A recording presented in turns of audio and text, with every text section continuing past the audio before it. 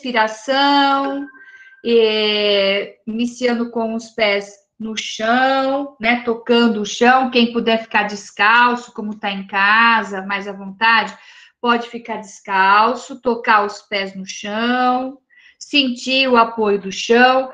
Quem tiver aí com as bolinhas sempre podem ser utilizáveis. Então, se vocês quiserem, pode deixar as bolinhas, enquanto a gente faz a atividade, vocês vão passando o pé na bolinha, que é uma delícia, né? Que é a atividade que a gente fez no mês passado. Quem não tiver com as bolinhas aí, a gente vai fazer assim, sem as bolinhas também.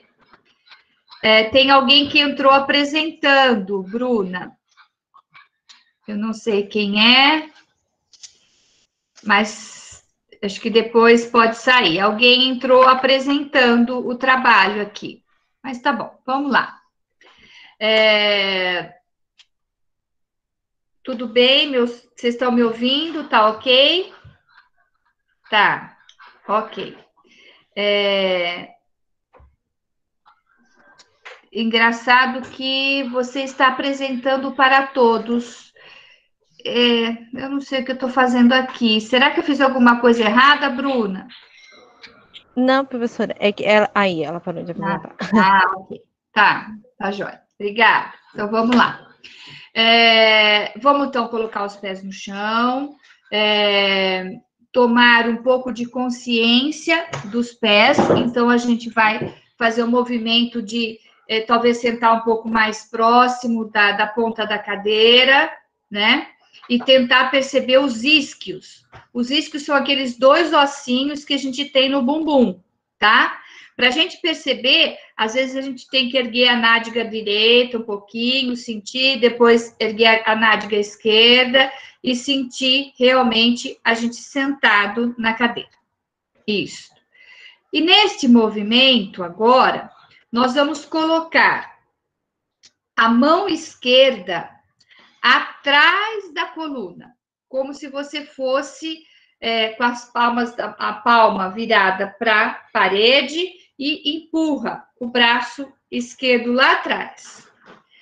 O braço direito, você vai colocar para cima em direção ao teto, isso, impulsionando o máximo que você puder.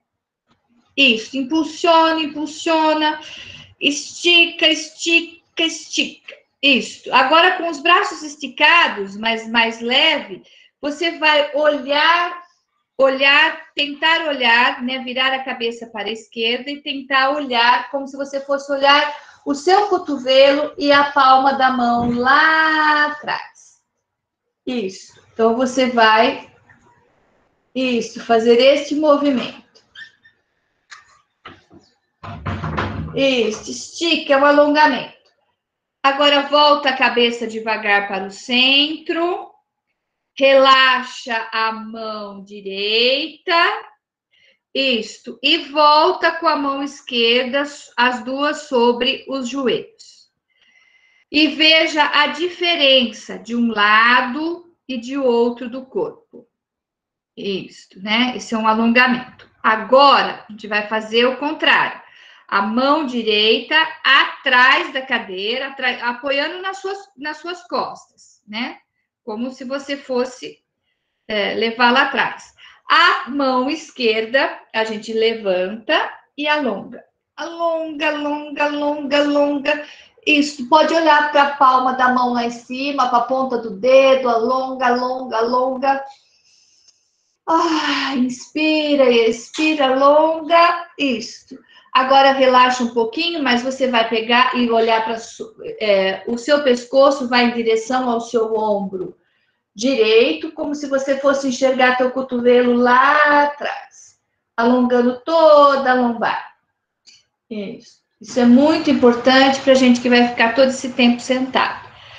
Agora, devagar, volte a cabeça para o centro. Isso, relaxe a mão esquerda sobre os joelhos e a mão direita sobre os joelhos. Isso, relaxando, isso, ok. E sinta agora, né, que alongou as duas laterais do corpo. Isso vocês podem também, alongamento sempre é importante antes das aulas. Se vocês quiserem brincar com alongamento com as crianças antes de iniciar as aulas, eles vão gostar bastante e ajuda bastante. Aí vocês falam, a gente vai alongar sem sair da cadeira. Por quê? Porque aí você já organiza a criança a ficar sentada, né?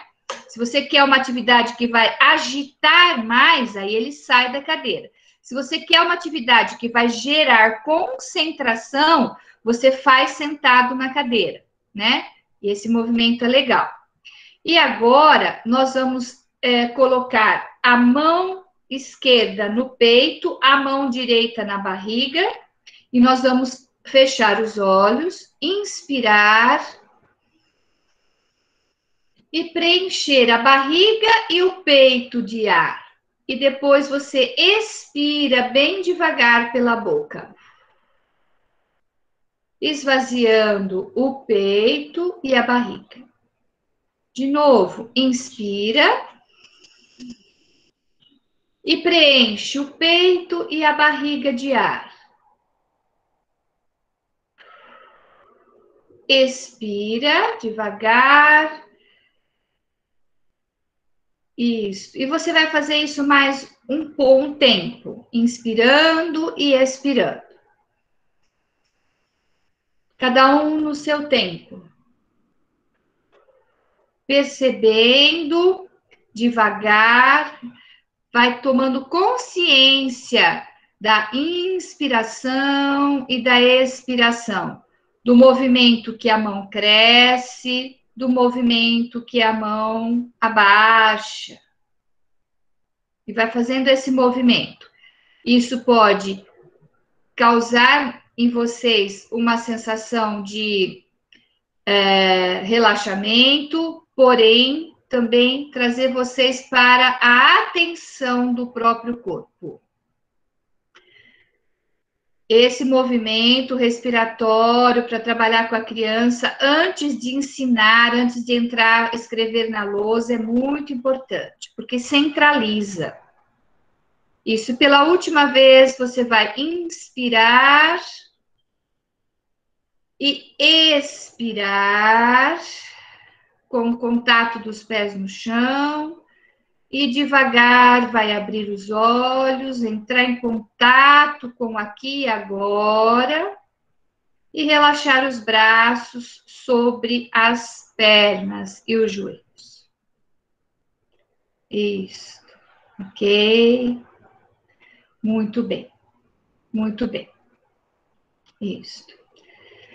Bom, agora a gente vai esfregar as duas mãos. Esfrega. Isso. A hora que elas estiverem mais quentinhas, você vai fazer tapinhas em você, nos braços, na cabeça, aonde você quiser, nas costas, nos ombros, principalmente, né, fazer um chuveirinho na cabeça, vai batendo em você com tapinhas, delicados, sutis, bate no peito, pescoço, pode bater no seio, na barriga. Você vai batendo em você.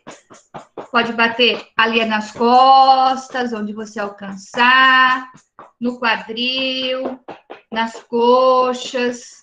Pode abaixar, levantar um pouco os pés do chão e bater um pouco nas pernas. Isso. Trazendo a ação e a concentração para o seu corpo. Isso. Ok, relaxa um pouquinho. E agora a gente vai fazer pequenos... pisar um pouquinho, bater os pés no chão devagar, tá? Devagar. Bem devagar, como se você estivesse acordando os seus pés, a planta do pé. Isso, bate um pouquinho para você sentir. Esse é o movimento, vou ensinar para vocês depois por que a gente faz isso. Cansou, para, relaxa, respira, tem a sensação das pernas. Por que a gente faz isso? Esse é um movimento de carga. energética.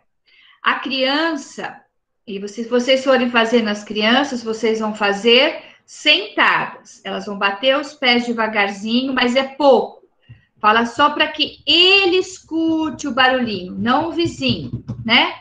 E aí, esse é o movimento que você vai trazer carga energética para a pessoa que vai prestar atenção na lousa, ou como nós agora, que vamos prestar atenção na apresentação.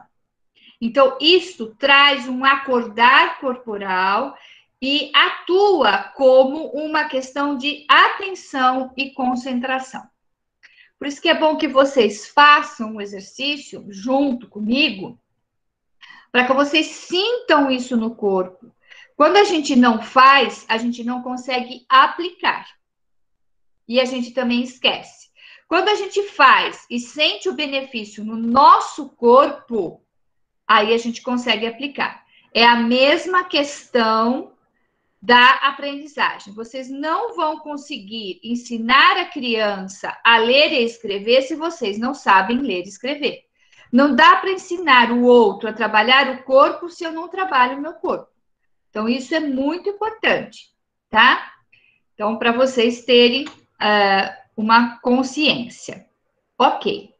Eu vou tentar fazer a apresentação agora. Tá? Então, só um minuto, vocês vão relaxando, respirando aí, que eu vou abrir o meu PowerPoint. Só um minutinho.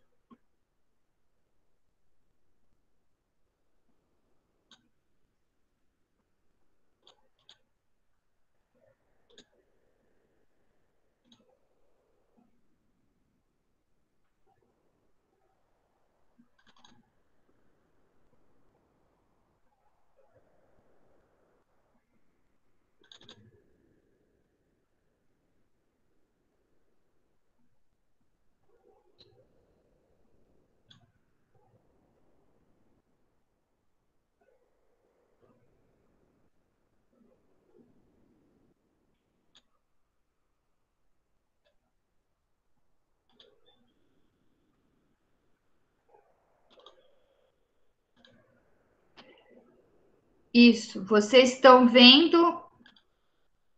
Estou partilhando. Tudo bem? Vocês podem... Ô, Bruna, você pode me dar um alô se vocês estão vendo? Sim, estamos vendo, professora. Ok. Então, hoje, nós vamos falar um pouquinho sobre também depressão infantil, né? Que isso é muito importante. E também falar sobre outros sintomas e patologias. Essa é uma aula muito grande que talvez eu divida em duas. Vou dar essa parte para vocês. E no futuro, na próxima, a gente pode falar de uma outra forma, né?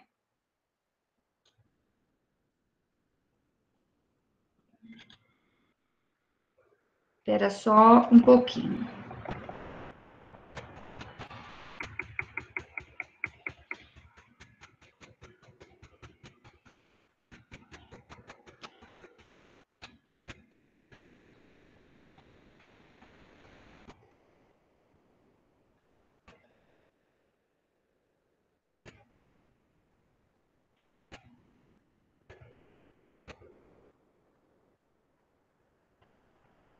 Então, esse é o movimento que nós vamos falar hoje, né? Depressão, medos, agressividade, medo de crescer e enurese noturna. Né? Eu sei que vocês trabalham aí com crianças pequenas, né? Também. E eu acho que é um tema bastante importante e pertinente. Deixa eu só ver a última aqui, ó. Tá. Então, vamos lá. Aqui eu vou começar falando um pouquinho para vocês, né? Antes da gente entrar no tema, as principais queixas versus faixa etária. Eu gostaria, como vocês trabalham muito com criança, eu gostaria que, se vocês quisessem, eu não consigo ver o chat. Então, Vocês podem escrever no chat e a Bruna fazer a pergunta para mim, ou vocês podem abrir o microfone e falar diretamente comigo. Tudo bem? Se não, Bruna, você fica atenta ao chat e você fala para mim as perguntas. Ok, professor. Tá. Então, de 0 a 2 anos, o que seria, né, as principais queixas? Então, seriam as alterações das funções básicas, que seriam sono, alimentação, respiração e gastrointestinal, né? Então, a gente sempre sabe disso, a gente fica preocupado com a criança pequena, se ela come pouco, né? Se ela tem alguma bronquite, alguma questão de respiração, a gente sempre tem muito cuidado, né? Fui mãe também, eu sei disso. E questões gastrointestinais, as crianças têm cólica, a gente fica atento se faz xixi, se faz cocô, né? Tudo isso é uma questão importante. A questão da alteração, né, colocar, a alteração de 2 a 4 anos, a alteração comportamental seria a agressividade, a apatia, a ansiedade, baixa tolerância à frustração, irritabilidade e birra, medos, que seriam fantasias e pesadelos. A criança, nessas faixas etárias, principalmente até 4 anos, ela não sabe ainda nomear sentimento, né? Então, se ela sente uma ansiedade, ela pode expressar de alguma forma, que pode ser um choro, que pode ser um movimento corporal rápido, que pode se jogar no chão, bater a cabeça. Quantas crianças a gente vê em supermercado, ou, né, fazendo birra, não consegue tolerar a frustração, por exemplo, quando a mãe não quer comprar um brinquedo, quando a mãe não quer comprar uma comida, enfim, né? Então, a gente sabe que é importante nessa faixa etária, como nós adultos, estarmos olhando para isso, né? Por que será que está tão agressiva? Nós sabemos nomear isso, a criança não sabe. Ela vai trazer isso de uma outra forma, traduzida com baixa carga de energia. A criança gosta muito de brincar, mas ela está muito apática. Isso não é normal para uma criança de 4 anos. Se ela vive dormindo, eu tenho que prestar atenção. Se ela vive chorando demais, eu tenho que prestar atenção. Então, a escola e principalmente na questão da depressão, a escola tem que tomar providências a respeito disso, né? Porque ela fica muito tempo na escola. Então, tem que tomar cuidado e chamar os pais, perguntar se está acontecendo alguma coisa, avisar os pais, orientar os pais para que busquem né, orientação com, por exemplo, um neurologista, ou que leve a um psicólogo. Isso tudo é muito importante. E essas alterações nessas faixas etárias podem servir como um diagnóstico para nós de patologias mais severas. De 4 a 6 anos, a criança já sabe nomear alguns sentimentos. E aí as alterações podem ser timidez, continuar agressiva, relação individual versus grupo, a gente vai saber se ela dá certo. Tem pessoas que vão para um esporte e brigam muito com os amigos, né? Preferem ficar reclusas, atividades individuais, né? Não conseguem interagir no grupo. Isso os professores vão estar muito atentos, principalmente na aula de atividade corporal, né? A criança que não sabe perder. Então, aqui começam a aparecer algumas alterações. A timidez nessa fase tem que ser muito bem vista, principalmente nós, professores, e vocês, professores. Porque essa timidez pode ser fruto de uma baixa autoestima que pode, com certeza, na fase, ou nessa mesma fase, porque depressão hoje pode tem estudos até que acontece em bebês, tá? E que a gente só consegue perceber no bebê se ele para de mamar, se ele vai desistindo da vida, se ele vai perdendo energia, né? E às vezes leva no médico, não descobre nada, por uma questão emocional. Então, essa criança vai ter que ser estimulada, vai ter uma outra condição de um olhar para essa criança ou para esse bebê. Então, a timidez na escola, vocês levem bastante atenção, porque pode ser um indício, né, de um início de uma patologia que pode se inserir nessa faixa etária ou ser muito clara e evidente na adolescência e fase adulta. Quanto mais cedo olhamos para isso, menos problemática vamos ter na adolescência e na fase adulta.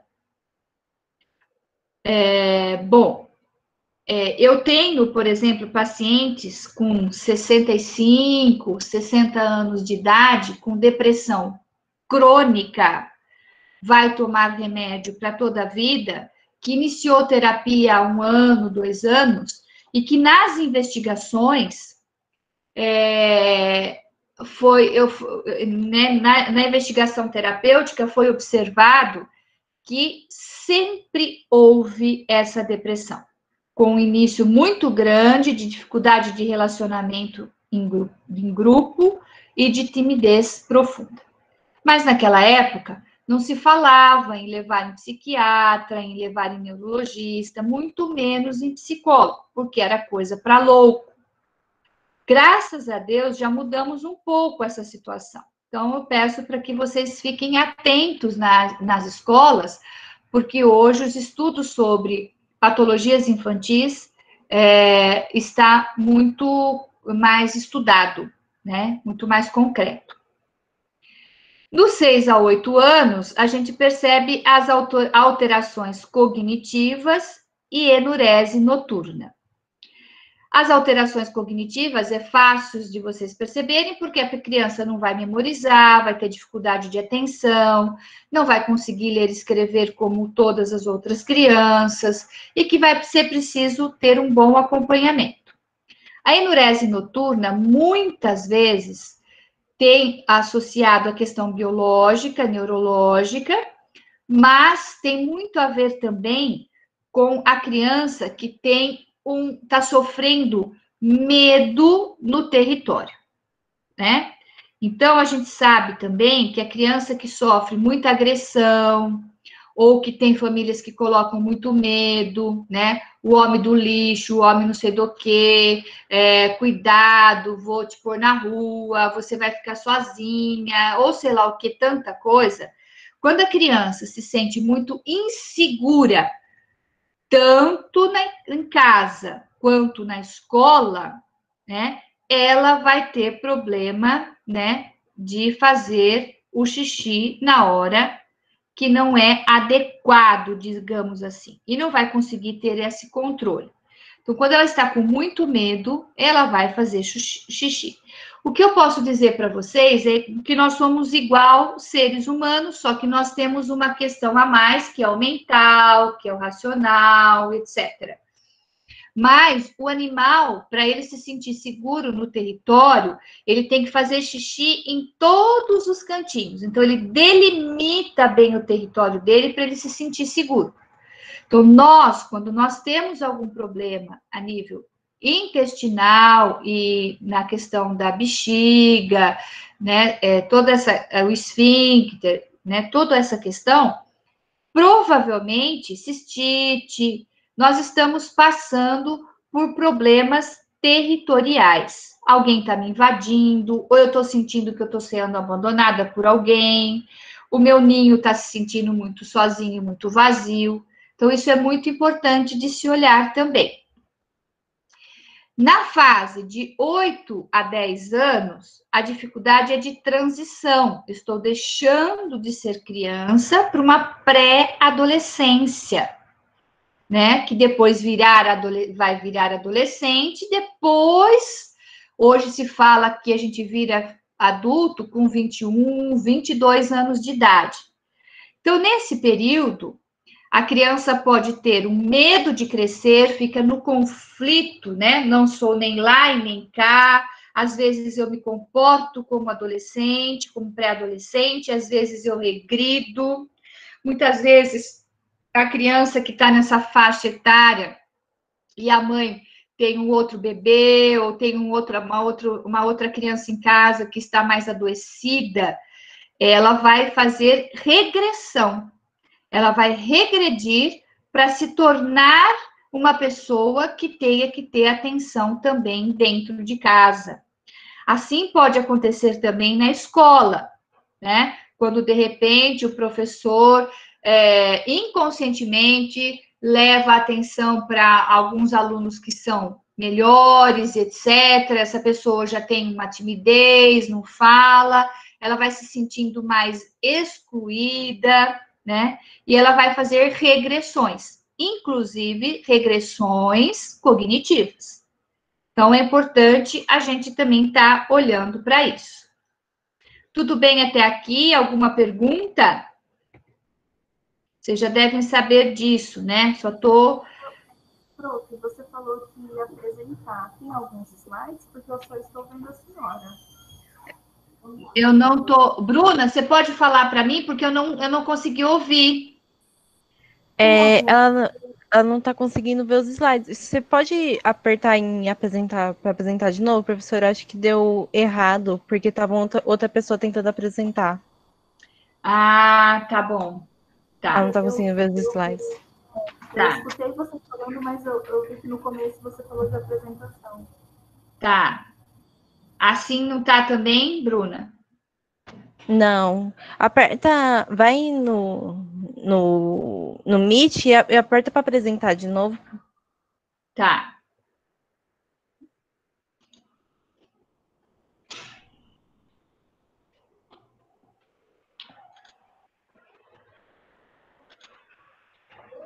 Ok, agora voltou eu, né? Sim. Isso. Boa tarde, Marli, boa tarde para todos. Tudo bem? Eu cheguei e não quis atrapalhar, você estava falando, né? E eu até achei estranho também, Bruna, que eu só estava vendo a Marli, não vi a tela dela. Eu falei, acho que deve ter acontecido alguma coisa. É que quando alguém entra, Marli, e tenta apresentar alguma coisa, interrompe a sua. Ah, entendi. Então, vocês vão me avisando. Aí você vai ter que começar tudo de novo, que você for fazer a apresentação, tá bom? Tá bom. Tá joia. Tá bom. Vocês estão me ouvindo direito? Porque eu estou sem fone, estou falando aqui normal. Ok, tá bom. Para mim tá super bem, tudo super tranquilo. Vou começar de novo, então. Peraí.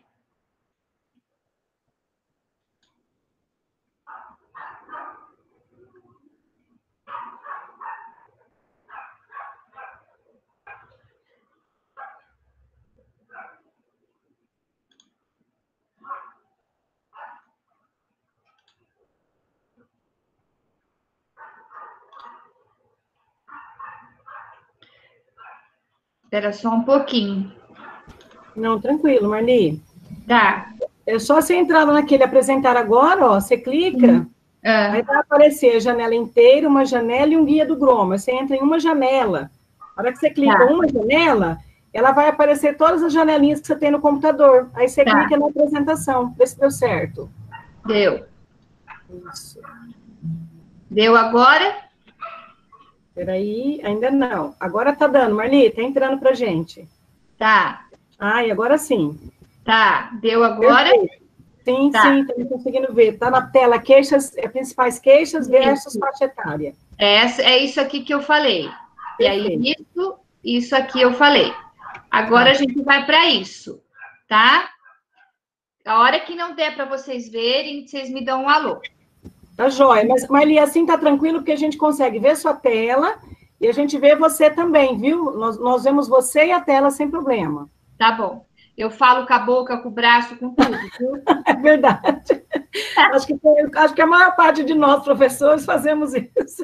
É isso aí. Herança. Minha herança de italiano mesmo, né? Família que fala alto e etc. Vamos lá. Então, vamos conversar sobre os temas comuns na infância: depressão, medos, agressividade, medo de crescer, enurese noturno. Então, vamos lá. Muitas coisas eu já falei, mas a gente vai lá. Então, depressão infantil, gente, é muito, mas muito comum e muito estudada hoje em dia. Então, a depressão, em geral, são crianças. Eu vou ler e vou explicando bastante com vocês, né?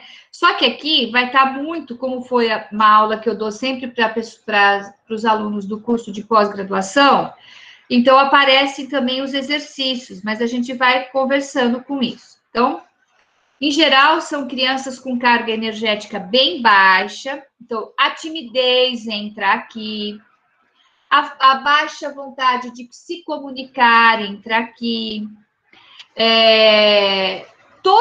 quando que é baixa a carga energética? Quando a criança brinca pouco, no recreio ela não quer interagir, ela fica muito quieta. Eu vou ter que fechar a minha janela que está chovendo aqui, só um minutinho. Ai, gente, como eu queria que estivesse chovendo aqui também. Gente, está dando um bom pé d'água aqui, graças a Deus, mas eu acho que é uma nuvem passageira. Ai, né? Marli, tomara que ela venha para cá, porque aqui está um calor insuportável. Pois é. Ai, mas aqui deu uma pancada, daqui a pouco para. Mas vamos lá. Então, tudo isso é importante a gente observar, porque pode ser, se não for depressão, a criança, se continuar assim na vida, na fase adulta, vai virar uma depressão, vai virar fobia, vai poder criar outras patologias. Então, ela tem pouca disposição para a ação e movimento, cansando-se muito rapidamente. É bem comum apresentar uma postura corporal característica, por exemplo, a cabeça baixa, os ombros baixos. Sabe aquela criança que o professor vai chegando e ela parece uma avestruz? Se ela fosse avestruz, ela enfiava a cabeça debaixo da terra? É isso, né? Tensão na região da pelvis e pernas. As pernas, gente, são pouco ágeis. E vocês podem também ver as pernas, tudo bem que as crianças geralmente têm pernas finas, mas é uma perna e um pé que parece que toca pouco o chão. Parece que a pessoa está meio que flutuando, até para o andar. A timidez é até no andar. Isso é muito comum. Você nem escuta, né? Tem criança que faz barulho, né? Os moleques que têm uma atividade muito intensa, eles andam e bate o pé e chuta o outro e tal, né? Essa criança não vai fazer isso, não tem movimento para isso. É aquela criança que mal encosta o tênis, mal arrasta o chinelo. Se ela puder ficar imperceptível, invisível, isto é o que ela gostaria. Ela não tem, muitas vezes, noção disso e nem sabe nomear. Então, como ela não sabe nomear, a gente vai ter que tomar cuidado e ficar atento nestas características que nós estamos falando agora. Então, a baixa autoestima vem muito, e a gente sabe, da relação mãe-bebê, ou criança e família. E que a escola pode ser um lugar muito importante e interessante para que dê segurança e aumente a autoestima dessa criança. Né? Então, essa criança que estou falando agora é uma criança que o professor tem que tomar cuidado, dar uma atenção especial também, chegar com calma, sem susto, antes dela sair para o intervalo, dar uma conversa, tudo bem e tal. Então, de repente, fazer um carinho corporal, né? Que hoje eu não sei como é que está isso, a gente não pode por conta do Covid, mas, de repente, né, passar a mão na cabeça. Não que a gente não vá cobrar dessa criança as atividades necessárias, ela está dentro do grupo, mas é uma criança que merece ter um olhar diferenciado pela escola, né? Bom, então ela vai ter poucos amigos, na questão de atividade física também ela vai ter dificuldade. Então, os principais exercícios que a gente pode trabalhar, de repente, se você sente que essa pessoa e mais algum grupinho, né, está da escola, tal, ou de outras salas, vocês podem pensar em construir no intervalo, ou, né, dar orientação para quem cuida das crianças no intervalo, ou vocês mesmos dentro da sala de aula, criar exercícios que vai trazer segurança aos alunos antes da aprendizagem. O grounding, aquele da parede que nós fizemos, da gente encostar a coluna toda, né? Trabalhar com as bolinhas que nós trabalhamos na sessão passada, bolinhas nos pés. Tudo isso vai dar grounding, vai dar segurança para a criança, né? A bolinha na coluna, desce, sobe. Então, para todo o grupo. E ela vai fazer, e aos poucos, isso pode ajudar bastante. Bater pernas, é que a gente bate muito pernas na questão terapêutica, né? Então, na sala de aula não vai dar. Mas pode orientar esses pais, de repente, para indicar uma natação, né?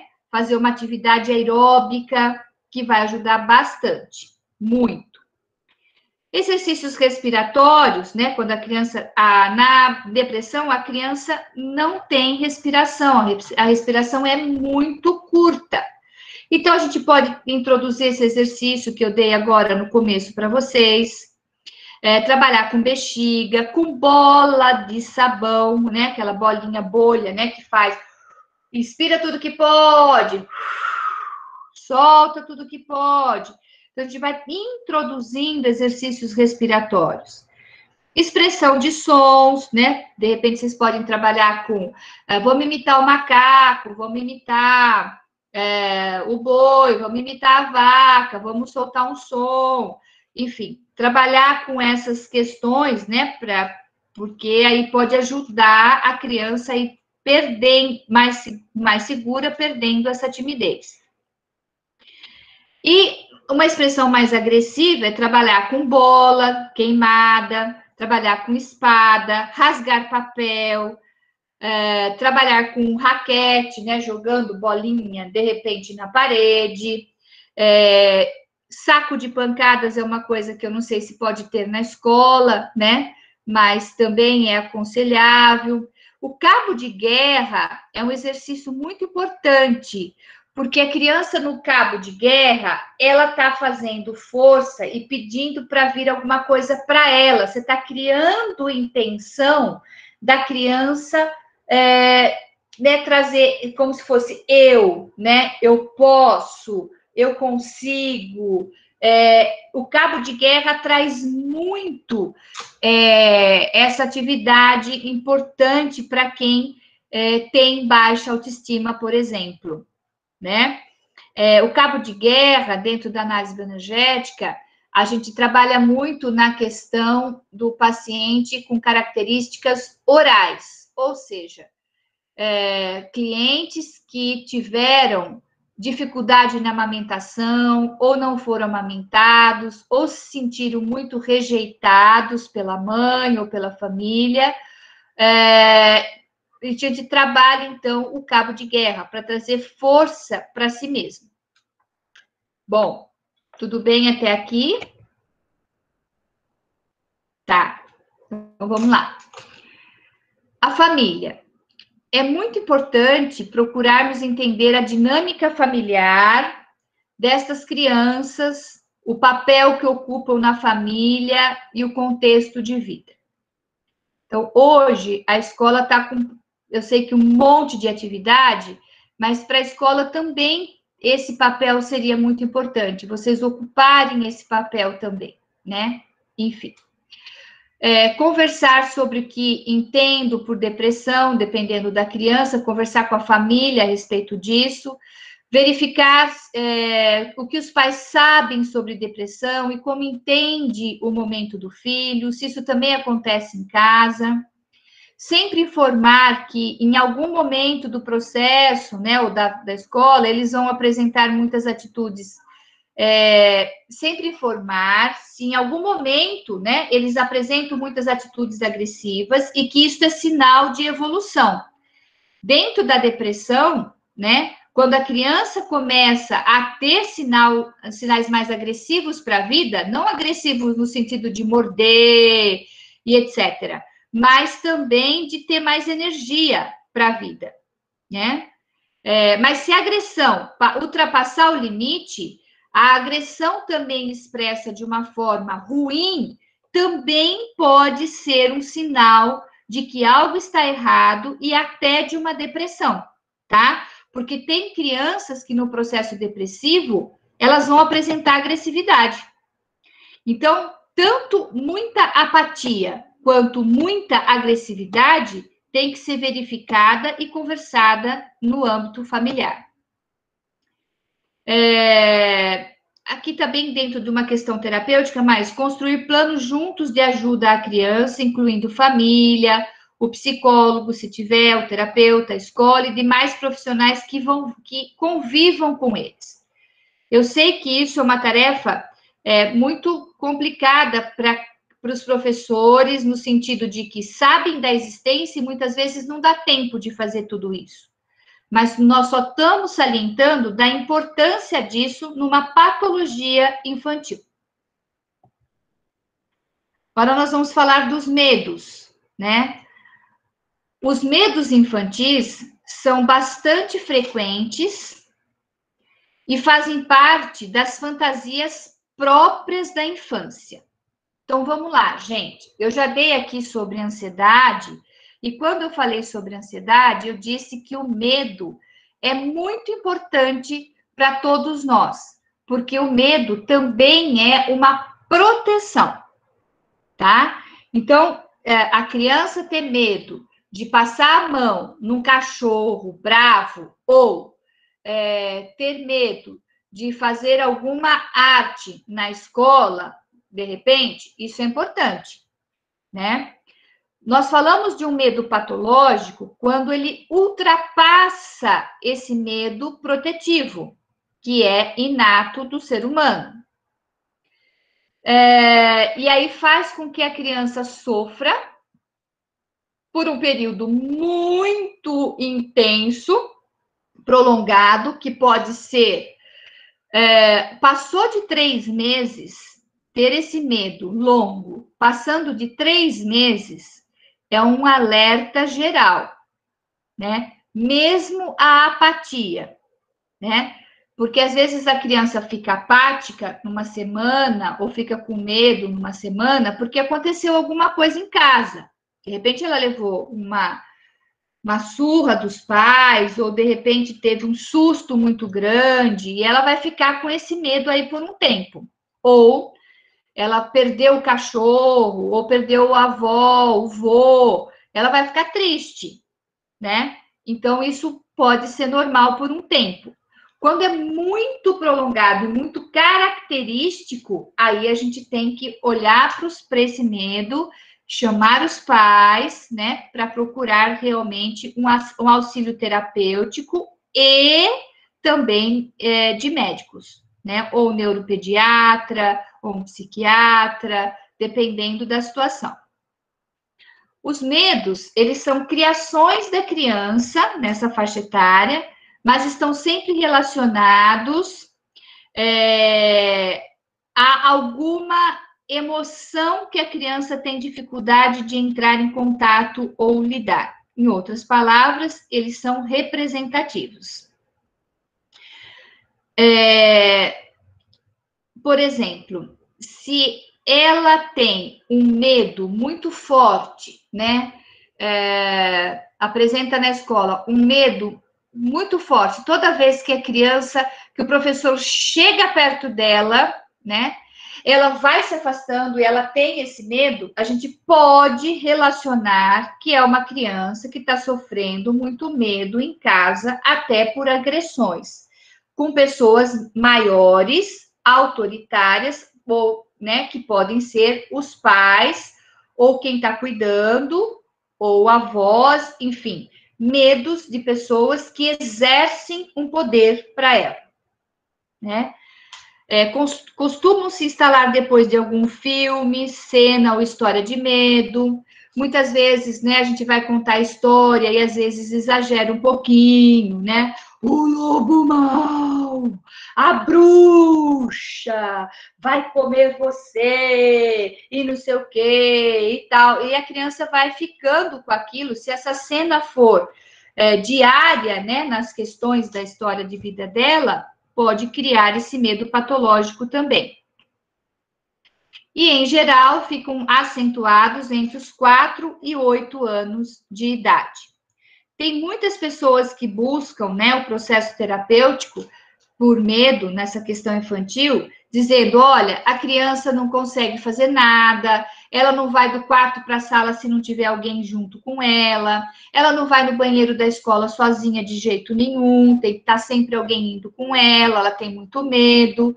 E também as coisas que acontecem nas histórias, eu não sei ainda se acontece, mas na minha época acontecia, a mulher loira do banheiro, não sei o que mais, que a mula sem cabeça que fica atrás da escola, no corredor não sei da onde. Tinha umas coisas assim, né, que eu tinha medo na minha época, né? Eu acredito que vocês também. E aí aparecem os mitos, quem conta um medo aumenta outro medo, e aí vai criando isso também, né? Aí tem que sentar, conversar, desmistificar essas questões que são muito importantes.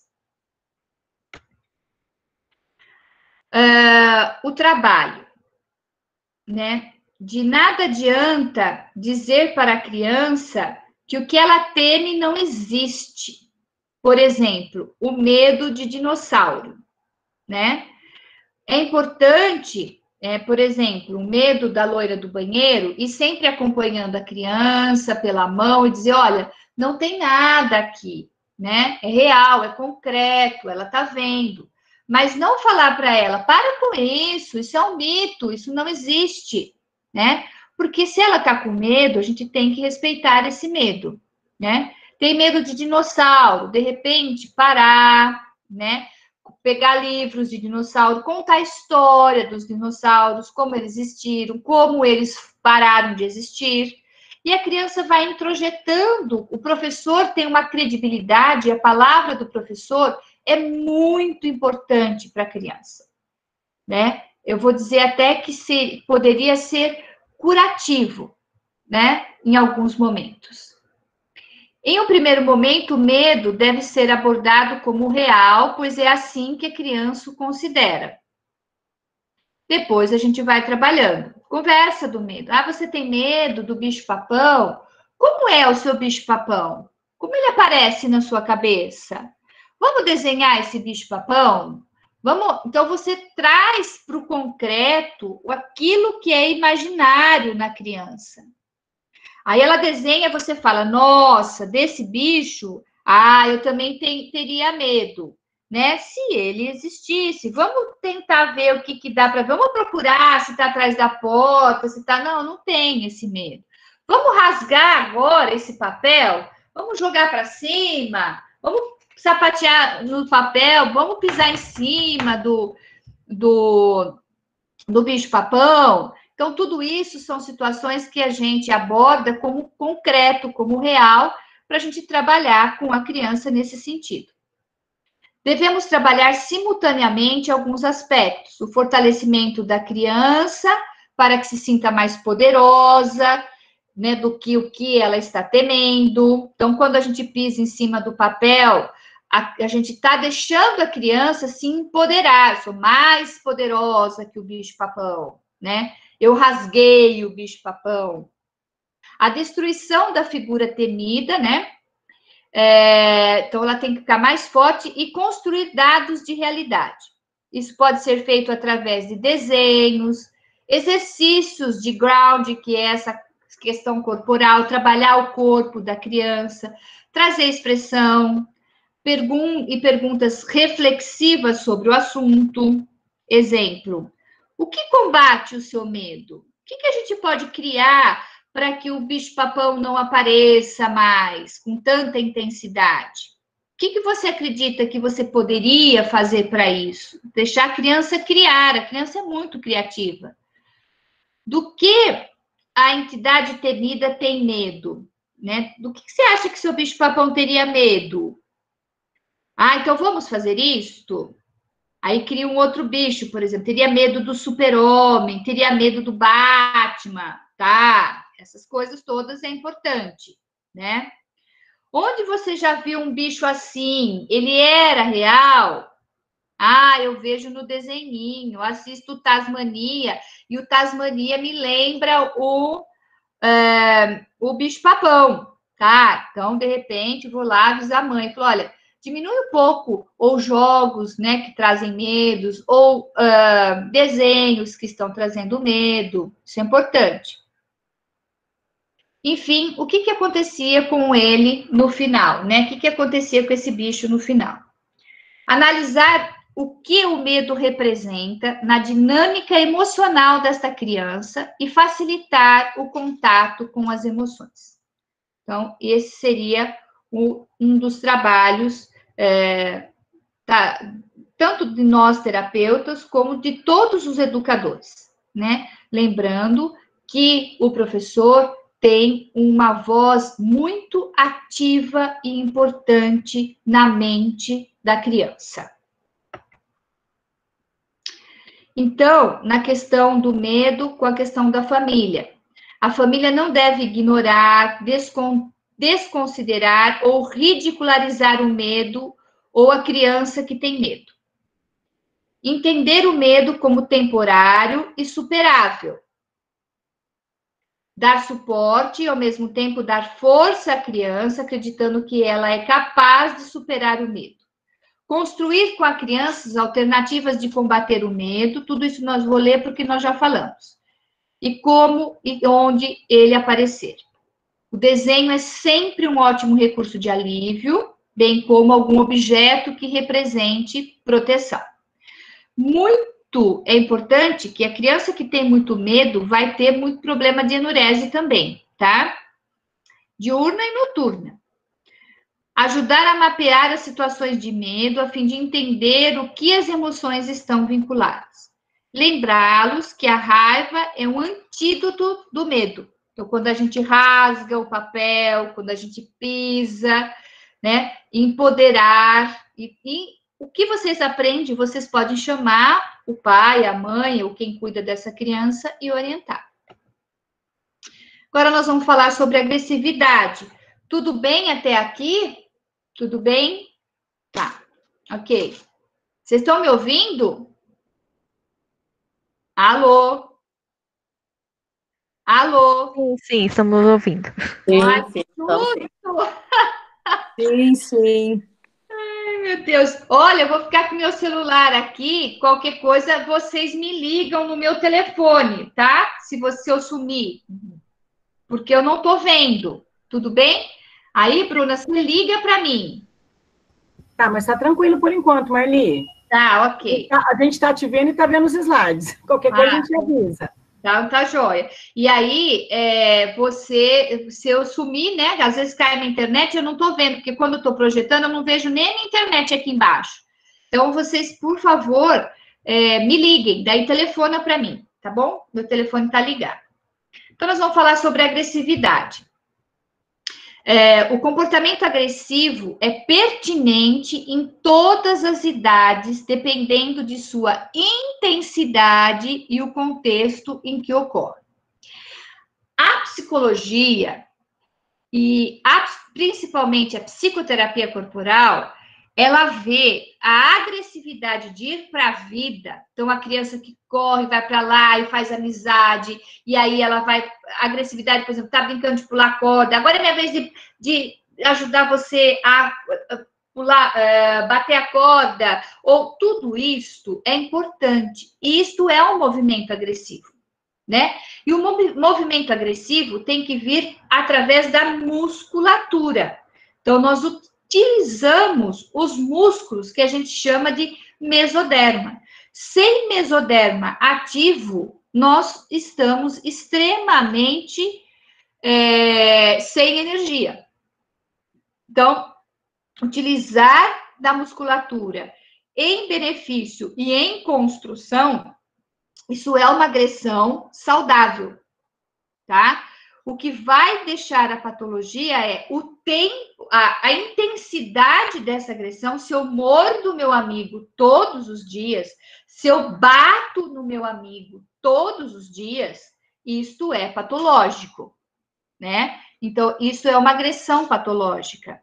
E com a intensidade e o contexto em que ocorre e a quantidade de tempo, tá? Então, se passa de 3 meses dentro de um processo para a gente mensurar mais ou menos, tem que ser visto e olhado de um outro jeito para essa criança, né? Então, a agressão, ela tem que estar contextualizada, né? E dentro de uma situação específica. Se passar muito disto, então, aí é patologia. Outro fator importante é com que frequência ela ocorre no dia a dia, né? Se o padrão predominante de relação que ela estabelece com os seus pares é saudável ou não, se é muito agressivo. Então, a agressividade infantil pode ser verbal, física ou as duas combinadas. Pode ser explícita ou velada. Muita agressividade pode também ser uma revelação de patologia como ansiedade e depressão. Há casos onde a criança agressiva é muito agitada, mas há também aqueles que são explosivos. No primeiro caso, há muito pouca capacidade de contenção, enquanto no segundo, geralmente, ocorre o inverso, né? Na verdade, eu acho que aqui está o contrário. Quando a pessoa é agressiva, né, e muito agitada, ela vai e faz. Quando eles são explosivos, jogam, então, eles precisam ter a gente pensa assim, criar uma contenção. Como a gente pode criar e ajudar vocês nesse sentido, na agressão? Uma das formas é pedir, de repente, ou se vocês tiverem, sabe aquele tipo de papel, né? Um papel que a gente põe na maca e tal, não sei se a escola pode ter isso, porque, na verdade, é um rolo grande, mas fazer, por exemplo, né, 1 metro, 1,5 metros desse papel e brincar de enrolar a criança, né? Enrolar, para ela se sentir nesse contingente, andar com esse mais contida. Então, vocês vão trabalhando, se é uma sala de aula, por exemplo, com muita agitação e muita agressividade, esse é um exercício que pode dar certo, né? Enrolar num papel que pode ser mais frágil e depois vocês vão falar assim, agora vocês vão sair desse lugar, rasgar o papel devagar. Então, rasga um pedacinho, espera, rasga o outro pedaço, né? Faz força com o cotovelo devagar. Então, a criança vai podendo lidar com esse contexto da agressão de uma forma que tenha um container, que a gente chama, não uma contenção. Vai criando limites, né? Principalmente para crianças que não têm limites, que tem que saber esperar, né? Então, se ela rasga de uma vez, você vai dizer, olha, né? Eu pedi para que fosse devagar. Agora vamos fazer o seguinte, então. Você pega o papel, né? Devagarzinho, você vai amassar o seu papel devagar. Você vai deixando a criança aprender a lidar com a impulsividade agressiva e destrutiva que ela tem. Isso é uma atividade que dá para trabalhar. Ou se tiver outro material. Marli, tem uma colega aqui colocando no chat, que acho que é a Michele, se esse papel poderia ser o papel manilha. Não sei se você conhece. Eu acho, gente, que é aquele papel metro, não é, Marli? Aquele rolo de papel metro. Rolo, não é? O papel crepom não daria, Marli, porque o crepom é muito mole, não é? Ou não? Não, o crepom é muito mole, não é? Teria que ser aquele papel de metro que os médicos usam quando a gente vai no médico, que ele puxa aquele papel, sabe? Eu sei. Eu acho que é uma manilha mesmo, viu, Michele, que você está colocando aí. Eu chamo ele como papel metro, papel pardo, que é aquele mais escurinho. O pardo é mais grosso e é mais difícil da criança rasgar. Entendi. Né? Eu acho que é uma manilha, então, meninas. Enfim, né? Beleza, Marli, desculpa, é só que as pessoas estavam perguntando qual era o tipo do papel. Mas tem que ser um papel que a criança se sinta, ao mesmo tempo, presa, mas com a possibilidade de ir rasgando para ir se liberando se soltando, né? Como você falou, gradativamente, então. Para criar isso na impulsividade, né? Porque a criança que é muito impulsiva, ela vai rasgar o papel em 2 minutos. E sim, nem vai ficar quase. Então, vai tendo que trabalhar. Olha, espera aí um pouquinho. Olha lá como o seu amiguinho fez. Então, vamos de novo. Se tiver papel, vamos de novo enrolar você e você espera um pouquinho antes de rasgar. Então, você vai trabalhando com isso. Uma outra coisa que pode ajudar bastante, que a gente trabalha na psicoterapia corporal, é realmente esse papel que vocês estão falando, eu não sei o nome, mas aqui a gente usa muito na questão terapêutica para a gente ensinar os terapeutas a trabalharem na clínica. A pessoa senta, deita no papel, então vai ter que pensar que a criança vai ter que caber no papel. Então, a mão, tudo tem que caber dentro desse papel, que ele deve ter uma largura do quê? De 50 centímetros, eu não sei, eu não sei quantos centímetros ele tem, mas ele é largo, que cabe o corpo. E aí, pode fazer assim, pegar uma canetinha ou giz de cera dá. Então, fazer dupla, e um deita nesse papel, o outro contorna o corpo. A professora pode contornar um aluno para saber como é que é, o giz de cera grosso dá para fazer isso, e contorna, né? E a criança vai ficar quietinha e vai sendo contornada.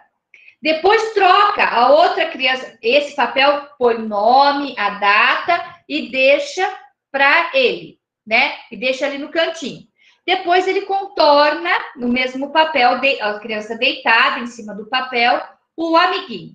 Aí, cada um pega o seu papel com nome e tal, e vai preencher o corpo nesse papel. Então, aonde é o coração, aonde é o pulmão, o que ele quer colocar ali dentro, se ele coloca roupa, se ele não coloca roupa, ele vai completar esse vazio do desenho. E depois, como os professores podem pendurar, né, tem o nome e a data, pendurar todos os corpinhos, né, na sala de aula. Então, eles vão se vendo. Ah, o que você quer completar mais? Né, tira, completa. E eles vão se vendo, vai dando um contorno. E eles vão vendo o tamanho que eles têm, né? Tudo isso vai aparecer. Se a criança, por acaso, quiser deixar o papel vazio, sem nenhuma sem complementar, isso é um excelente diagnóstico, tá? Porque é um sinal de patologia, tá? Que pode ser de baixa autoestima, que pode ser de tudo, até patologias mais severas, como índice de autismo ou de esquizofrenia, tá?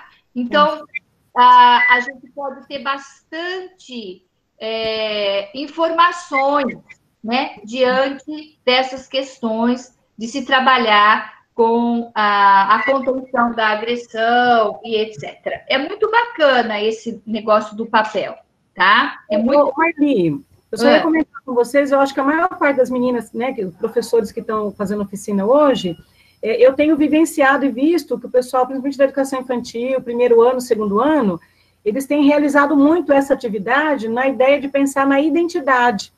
Mas é a primeira vez que eu vejo essa proposta pensando na questão da agressividade. Então, achei bem bacana, porque, né, meninas, vocês, meninos e meninas, né, que tem homens também na oficina, desculpa, gente, todos nós aqui já, de um certo modo, temos feito algumas dessas atividades, mas é bacana ir vendo, Marli, como essas atividades, que geralmente a gente faz algumas atividades de identidade ou de construção da própria escola, elas podem colaborar para essas questões que você está trazendo, né? Questões emocionais.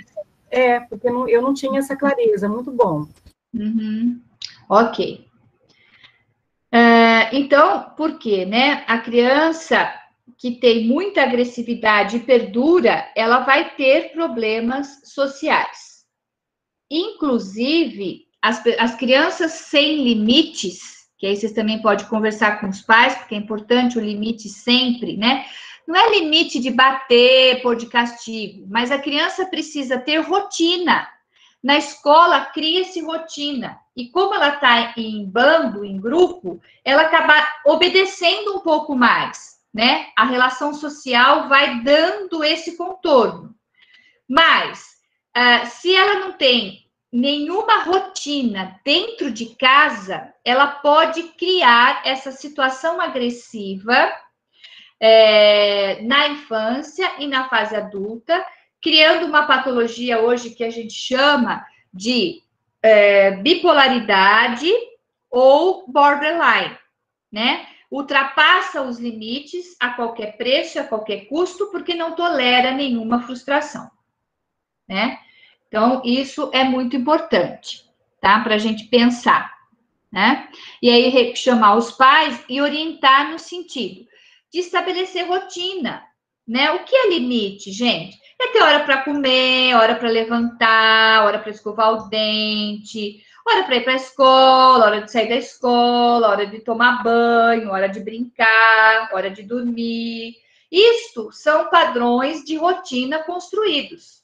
A criança que estabelece, que tem uma rotina, ela vai ter muito mais facilidade de tolerar frustração e a agressividade dela vai ser de uma forma mais saudável, tá? Que é a grande dificuldade hoje. Então, o trabalho. A gente já falou um pouquinho, mas, olha lá. Fundamentalmente, o trabalho deve promover a descarga agressiva conjuntamente com a regulação da contenção. Então, esse papel ajuda, né? Como a gente falou. Ou, de repente, trabalhar também na descarga, né? Trabalhar com queimada, todas essas questões aí que a gente vai ter que dosar a agressividade, né? Trabalhar no grupo, isso é importante. Verificar se a agressividade está encobrindo alguma emoção, como tristeza, medo, ansiedade, solidão, entre outras. Analisar a tolerância à frustração dessas crianças e promover o máximo a utilização da comunicação verbal como forma de expressão associada, expressão corporal ou em substituição a esta. Trabalhar com exercícios para expressão da agressividade, mas até um determinado ponto. Depois de muito destruir, é preciso trabalhar muito bem a reconstrução sob novas bases, né? Então, a gente pode usar muito o recurso da inspiração, da expiração, né? Tudo isso é importante. E trabalhar o fluxo descendente da energia. O que é isso? A criança que tem muita agressividade, ela está com uma energia muito grande na parte superior do corpo. Então, tudo que a gente puder trabalhar com as pernas e pés vai fornecer descarga, que é o descer dessa energia, por isso, descendente. A família, em geral, as famílias de crianças muito agressivas precisam de muito suporte, uma vez que é comum encontrar-se muito desgastados, podendo chegar até extremos de comportamentos violentos contra os próprios filhos. Então, isso é importante. Às vezes, o trabalho de regulação da contenção é importante para toda a família. Encapar toda a família, pai e mãe, no papel, né? Bom, buscar entender como a agressividade é vista e abordada nesta família. Pedir ajuda para a família mapear as situações de maior ou menor agressividade. Ou seja, professor, família, escola, família é muito importante. Construir recursos e acordos para evitar comportamentos desrespeitosos de qualquer membro da família. Então, isso está muito associado, geralmente, a uma reprodução, né, de alguma coisa que está acontecendo na família. Tem o medo de crescer, né, que pode estar presente em toda a infância, mas é bem mais frequente a partir dos 6 anos de idade, que começa uma pré-adolescência, né? Em geral, estão relacionados à dificuldade de separação e autonomia do filho em relação à mãe ou ao pai. E o inverso, dos pais com relação ao filho. Então, às vezes, é uma criança que teve sempre a mãe presente, a mãe começa a trabalhar, ou uma separação, de repente, ou a mãe ou o pai acaba falecendo, ou adoecendo, ficando acamado, né? Bom, infinitas situações de separação, de dificuldade de separação, né? Algumas das crianças com medo de crescer também têm dificuldade para lidar com situações novas ou desafiadoras. São pouco arrojados, nem sempre enfrentam uma situação optando pela birra como forma de obter o que querem. Então, tem muito a questão da regressão nesse lugar, né? Aqui a gente não vai falar sobre esse de piano, porque não vale a pena, e às vezes esse medo se mantém até a fase adulta, né? A criança que passa por essa fase com medo de crescer e não é tratado e não é olhado, ela vai levar para o desenvolvimento adulto. O trabalho são atividades, né, com as pernas, que é o ground, trabalho com limites e foco, atividades desafiadoras, promover autoconfiança, aumento e sustentação de carga energética, respiração e expressão agressiva, trabalhar com conflito, crescer versus não crescer, também em desenhos, de repente, expressando verbalmente ou com dramatizações, as vantagens, desvantagens e medos de cada situação.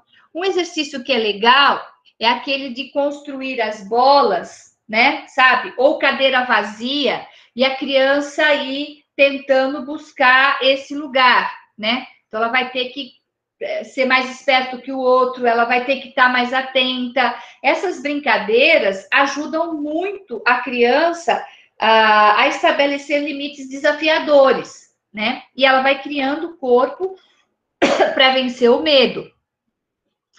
Então, desperdício de objetos e comportamentos importantes do passado. Tem crianças nessa faixa etária que ainda usa chupeta, que é um grande indicador, né, do medo de crescer.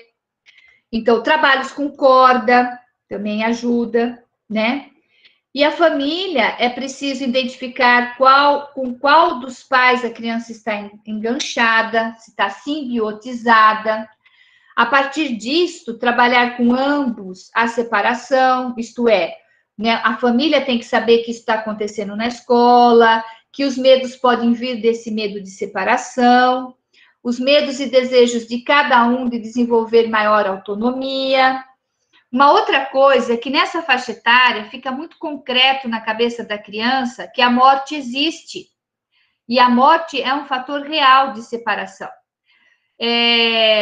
Muitas vezes, né, eu já vi crianças de amigos meus, por exemplo, não tinha medo nenhum, a mãe deixava na avó, fazia tchau, ia embora, trabalhava. Bom, morreu a avó.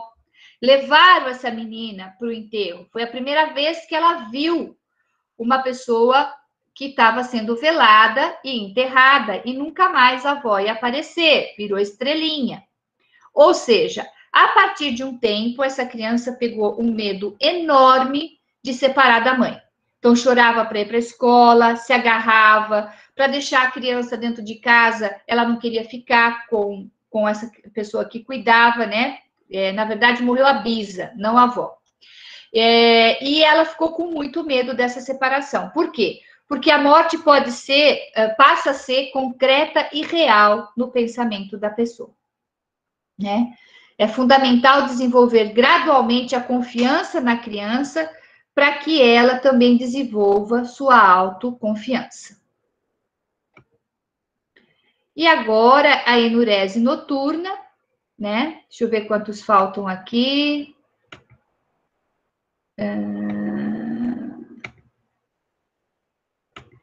Tem bastante, mas vamos lá.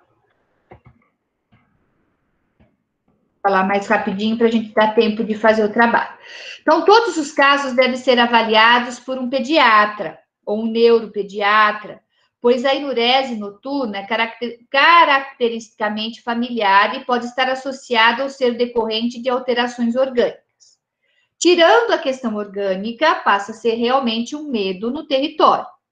É fundamental sabermos se ela sempre existiu, né? Ou se surgiu em um determinado momento da vida da criança. Neste último caso, muitas vezes tem um componente psicológico, tá? De repente, a mãe arruma um padrasto, né? Teve uma separação quando a criança tinha lá 6 anos, sei lá, com 7 anos, 8 anos, a mãe casa-se de novo e o padrasto vem para dentro do território da criança. Ou vice-versa, né? Ou o pai ou a criança vai morar em outro lugar, que é uma questão desconhecida para ela, uma ameaça no território dela. Pode estar associado tanto à hiperatividade como à depressão. Normalmente é um sintoma de uma dinâmica emocional não manifesta. Então, ela está manifestando no xixi, tá? Então, pode ser uma manifestação psicológica, tirando as questões orgânicas. Há uma dificuldade de sustentar a alta carga energética e pode provocar algumas limitações sociais. A criança passa a ter medo de dormir na casinha da amiga, interage menos, né? Enfim, pode ter alguns prejuízos nas atividades infantis. Então, o trabalho, exercícios que promovam um aumento de carga energética, bem como sua sustentação, trabalhar foco e eixo, né? Então, trabalhar, por exemplo, no agacha, né? Aquele movimento de, como que eu falo, vivo ou morto, né? Então, quando está vivo, sobe e segura, prende o xixi, o cocô. Quando morre, relaxa o esfíncter, né? Que eles não vão saber esfíncter. Mas a gente pode brincar disso. Vivo, né? Morto, relaxa. Vivo, né? Então, ela vai trabalhando também essa contenção do esfíncter, né? Dentro disso. E quando a gente faz esse movimento para cima, né? Inspirou, ficou vivo e reteve o esfíncter, isso aumenta a carga energética. Quando a gente relaxa, a gente solta a carga energética. Então, ajudar na questão emocional subjacente. Na minha prática, a maioria das crianças com que trabalhei eram meninos e todos com forte ligação com a mãe. Algumas mães são bastante controladoras, portanto, tem sido fundamental trabalhar a relação mãe e filho. Né? Então, essa aí é uma prática, né, que foi colocada nesse momento, né, lembrada e colocada. A família. Sempre solicitar uma avaliação médica da criança. Deve-se analisar a relação mãe-filho e ajudá-los na dependência mútua. Dar suporte às famílias que se cansam muito com as consequências da enurese. E muitos referem enorme sentimento de fracasso no auxílio à criança. Por isso é importante a construção conjunta de novas alternativas de ajuda. Trabalhar também, antigamente, me lembrei, na roda, né, que tinha o gato e o rato, né, aonde o rato tem que pegar o gato e eles não deixam, esse movimento de roda, de contorno, né, de entrada e saída de alguém, né, e eu poder trabalhar, se for uma questão, por exemplo, de a mãe que casou, teve um padrasto, etc., ela vai ter que lidar com esse medo, né, de entrar num território, sair do território, correr desse território. Então, ajuda nesse enfrentamento, ajuda bastante. Aqui é mais sobre a psicoterapia, então eu vou pular isso, porque não vai dar para a gente falar isso, né? Só saibam que vocês têm condições de, pela expressão corporal, né, vocês observarem se a criança tem uma autorregulação, né, ou se ela não tem. Se ela está, de alguma forma, em equilíbrio ou em não equilíbrio, né? Então, na verdade, para vocês como professores, é importante essa leitura corporal também na identificação de patologias, porque a criança, muitas vezes, não sabe nomear os sentimentos, então ela vai expressar via motora, via corpo. E aí tem alguns exercícios, né?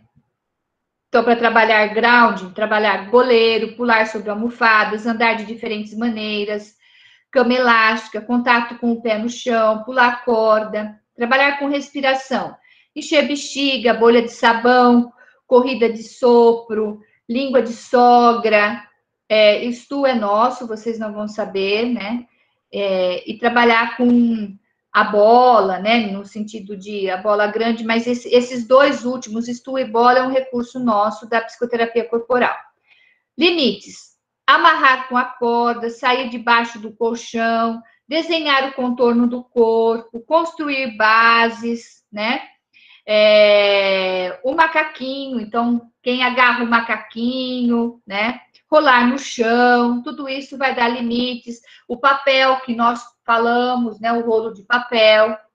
Para trabalhar descarga agressiva, espada, aquele vai e vem, né? Que antigamente a gente trabalhava, né? Vai e vem, né? Traz esse movimento. Trabalhar com raquete, né? Bolinha na parede. Bater as pernas, que é algo que a gente faz na terapia. Socar, né? Rasgar papel, rasgar revistas. Aí são situações que vocês podem trabalhar. Então, trabalhar com foco da criança. Tiro ao alvo. Essa zarabatana eu não conheço, né? Eu não sei que está aqui, mas se alguém conhecer pode falar. Equilíbrio, bolinha ou bambu. Trabalhar com pisar na bolinha, né? Pisar no bambu. Trabalhar foco de aqueles laser, né? A professora, vocês podem trabalhar o laser, então contorna a lousa, ele vai olhando, volta da lousa, ou vai contornando um desenho. Tem uma situação interessante que eu assisti numa palestra, trabalhar com adivinha com esse laser. Então, a professora vai no quadro e desenha com o laser, né, algo. Então, a criança desenha um corpo, aí a criança desenha no papel e mostra para ver quem acertou, né? Então, isso também trabalha bastante foco com a criança, mas aí tem que tomar cuidado com o laser, porque o laser na mão da criança não é uma arma, né? Não é um brinquedo. Então, fica na mão do professor. Outros: rodar até cair, cabo de guerra, que nós já falamos, cambalhota, fazer caretas, dramatização, trabalhar com argila, tudo isso é importante dentro do recurso de vocês. Isso. E aqui é uma frase do Reich, que é um discípulo da psicoterapia corporal, que ele coloca: o destino da raça humana dependerá das estruturas de caráter das crianças do futuro. Esse caráter é a formação de personalidade, não é bom caráter e mau caráter. Em suas mãos e em seus corações repousarão as grandes decisões. Elas terão que colocar em ordem a confusão deste século, que na verdade nós estamos no século XXI, que está pior ainda a confusão. Isto concerne a nós que vivemos hoje no meio desta grande confusão. Principalmente terapeutas, psicólogos, pediatras e vocês, educadores e professores. Bom, aqui acaba.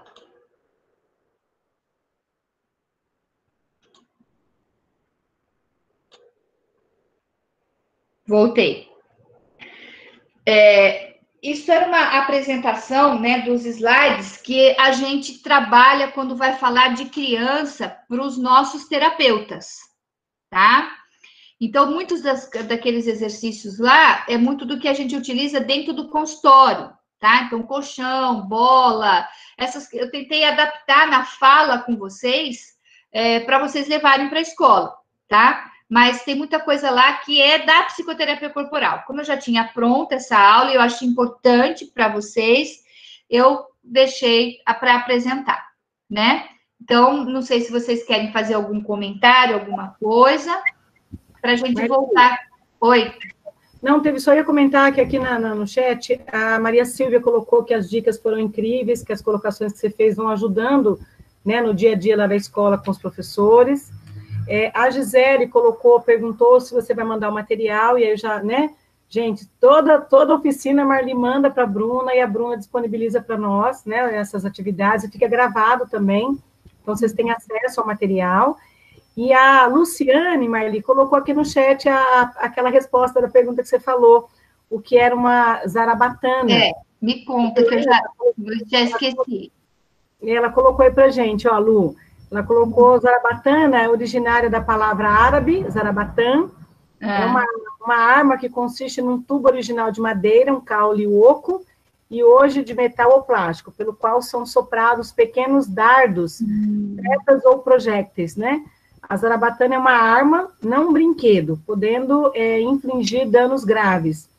Existem restrições à sua venda no Reino Unido, no Canadá e em alguns estados americanos. Acho que a Lu foi buscar, ó, a origem da palavra, essa coisa é tecnologia, né? Já mandou aí para você.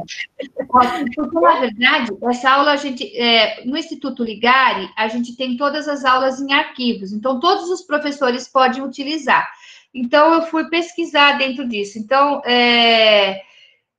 essa zarabatana eu já não lembrava mais o que era, já passou na minha cabeça, porque hoje eu não dou mais essa aula de criança, eu dou outra aula, minha aula é outra no Instituto e outras, né?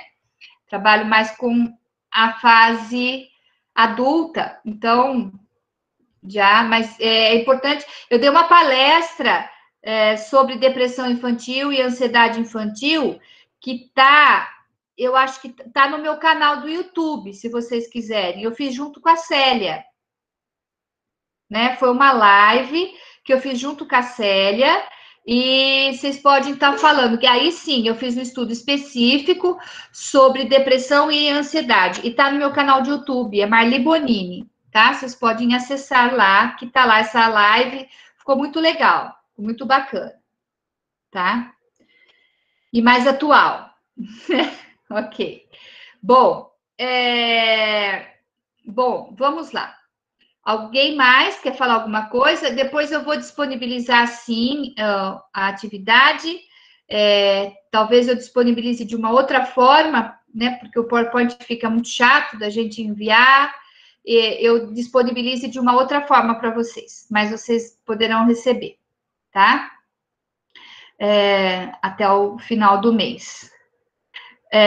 Bom, vamos lá. Todo mundo com a massinha agora? Então, vamos lá. Se vocês quiserem... Vou pegar a minha, peraí. Vai lá. Todo mundo, nós vamos trabalhar com a massinha. Se vocês quiserem, vocês podem colocar, como vocês estão em casa, nós vamos construir essa massinha sentados mesmo. Vocês podem pegar ou uma tábua, sabe tábua que a gente usa em casa, tábua de carne, para a gente construir em cima dessa tábua ou em cima de um papel, né? Em cima de um papel branco, porque depois eu quero que vocês também, de alguma forma, mostrem, né, essa atividade aqui, ou tirem foto e coloquem no chat, né, para ficar, de alguma forma, registrado, né? É muito importante. É uma forma que a gente utiliza muito na clínica, com criança, tá? Até dados concretos, depois a gente não guarda o boneco, que a gente não guarda o material, mas a gente registra, às vezes com fotos, para chamar os pais, para poder, de alguma forma, conversar sobre a atividade, tá? Então, vocês vão construir, ou podem ser em cima de uma tábua de carne, né, tal, ou em cima de uma folha de caderno, tá? Uma folha de caderno, ou uma folha sulfite, ou uma cartolina, enfim, né? Isso aí vai ajudar bastante vocês, tá bom? Isso. Já pode, inclusive, tirar essa massinha, né? Deixar do lado, tiram ela, né? E deixa a massinha inteira de um lado, que vocês saibam aonde a massinha está, tá? Isto. Bom, e agora, essa atividade vai ser feita toda com os olhos fechados. Vocês só vão abrir os olhos quando a atividade acabar. Isso ajuda também a gente trabalhar a nossa ansiedade, porque fechar os olhos é entrar em contato consigo mesmo, né?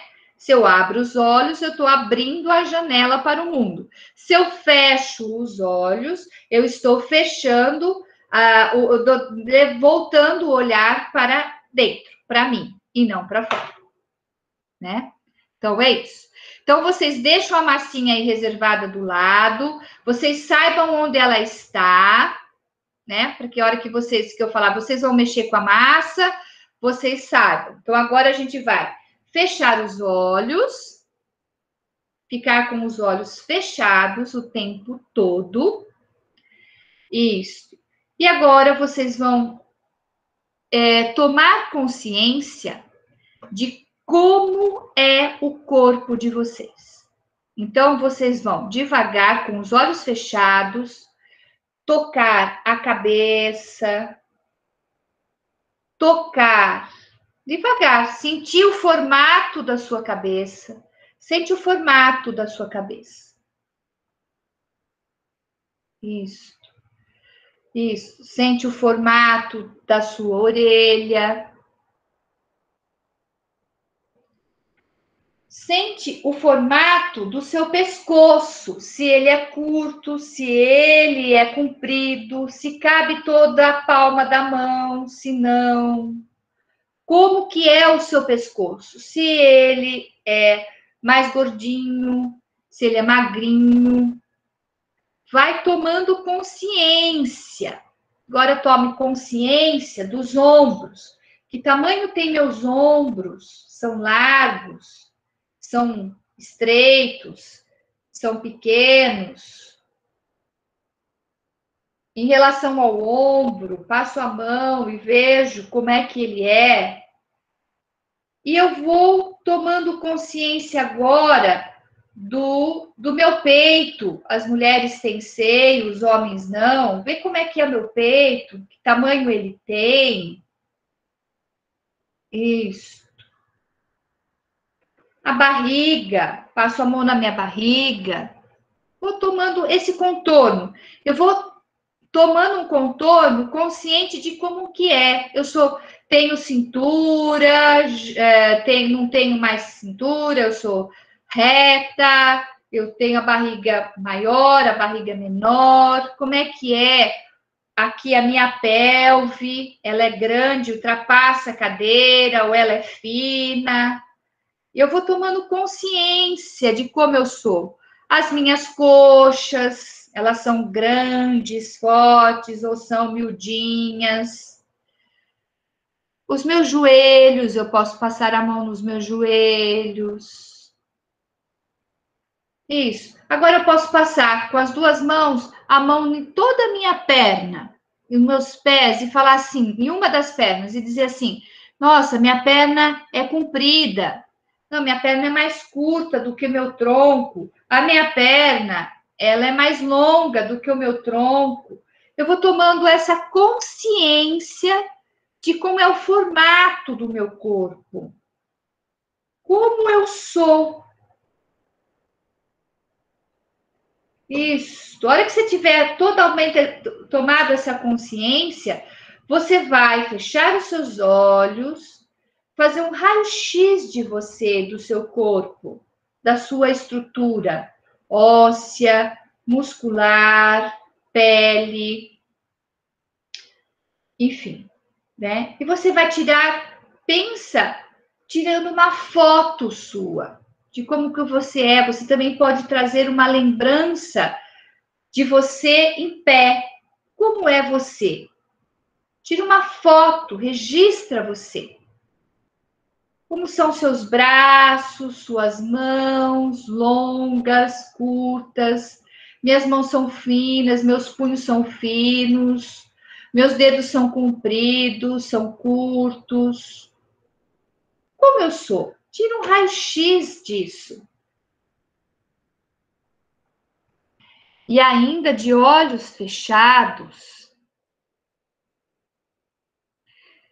agora, tirado o raio-x, você vai pegar a massinha onde você deixou, que você sabe onde está, e sem abrir os olhos, você vai construir o seu próprio boneco. de como você é, sem abrir os olhos. Você vai construir o seu próprio boneco.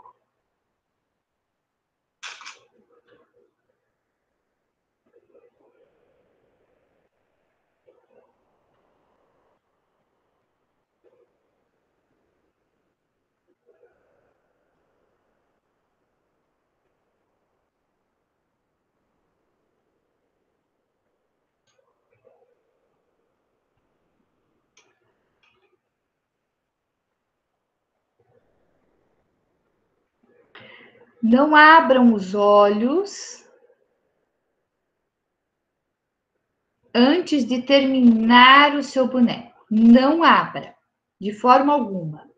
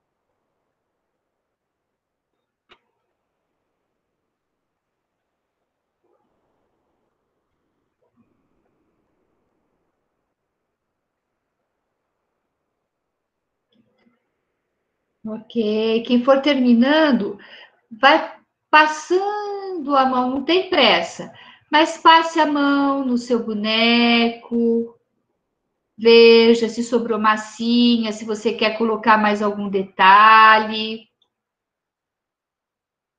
né? Vai experimentando e tentando imaginar como que ficou o seu boneco, sem a imagem visual ainda, né? Só percepção do tato.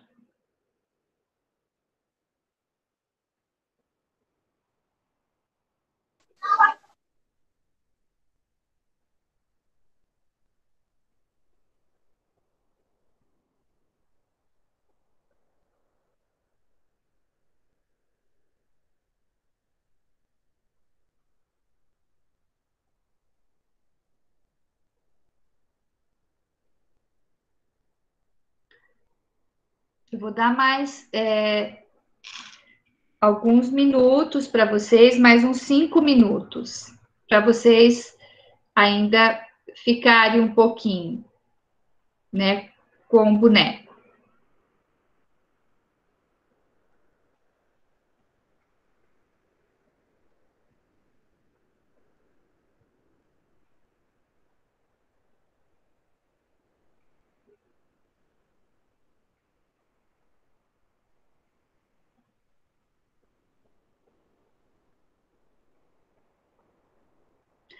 Se quem abrir os olhos, depois não adianta querer consertar o boneco. A primeira imagem é que fica, mas procurem não abrir os olhos. Tá, ok, Mara, ok. Ok, tudo bem.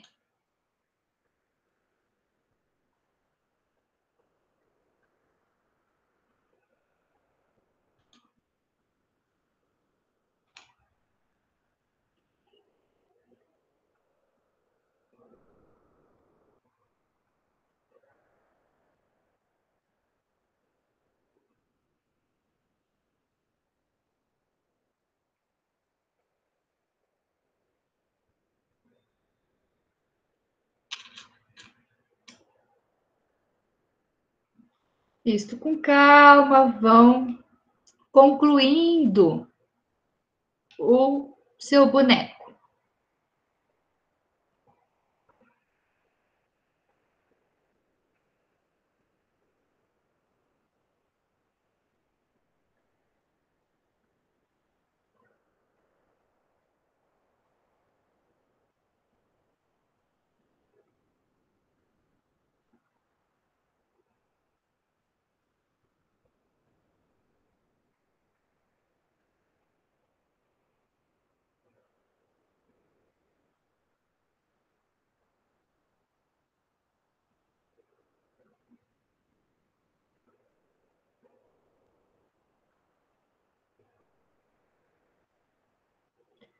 Isto. Ok, a gente pode ir terminando. Tem alguém ainda que está fazendo, com calma, sem problema nenhum. Quem já terminou, liga a câmera e vai fazendo um joinha, né? Ok, ok, ok, ok. Então, agora, vocês vão abrir os olhos e entrar em contato com o seu boneco. Ver a percepção que você tem do seu boneco, né? Eu imagino a reação de vocês, porque eu já vivi isso em vários workshops terapêuticos. E cada um que eu vivo, eu penso assim, eu preciso melhorar isso, eu preciso melhorar aquilo. Ok. Então, quem quiser ligar a câmera, né? Horrível. Como é difícil a gente se desenhar ou se criar no próprio espaço. Então, quem quiser ligar a câmera e me mostrar o boneco, eu vou vendo. Wanda, eu achei você, Wanda Pio, eu achei você muito parecida com o seu boneco. Muito. Ô, Wanda, o que você achou do seu boneco? Quer falar comigo? Wanda Pio. Quer abrir o áudio? Eu achei você muito parecida. Eu gostei. Ah, muito bom. É, isso aí. Vamos lá, eu tô vendo. Olha lá. Ô, Wanda. Legal. Eu acho que você não tá tão gordinha assim, não, Wanda.